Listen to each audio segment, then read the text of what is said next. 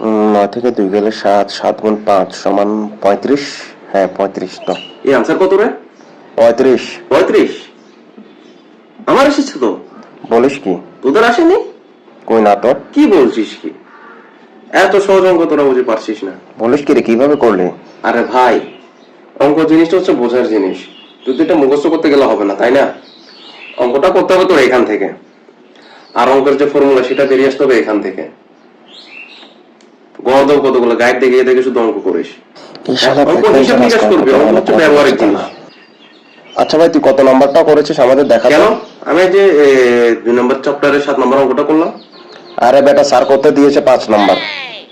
5 নম্বর ছিল। 7-এর উত্তর কি তাহলে? 7-এর উত্তর তো 50। 50?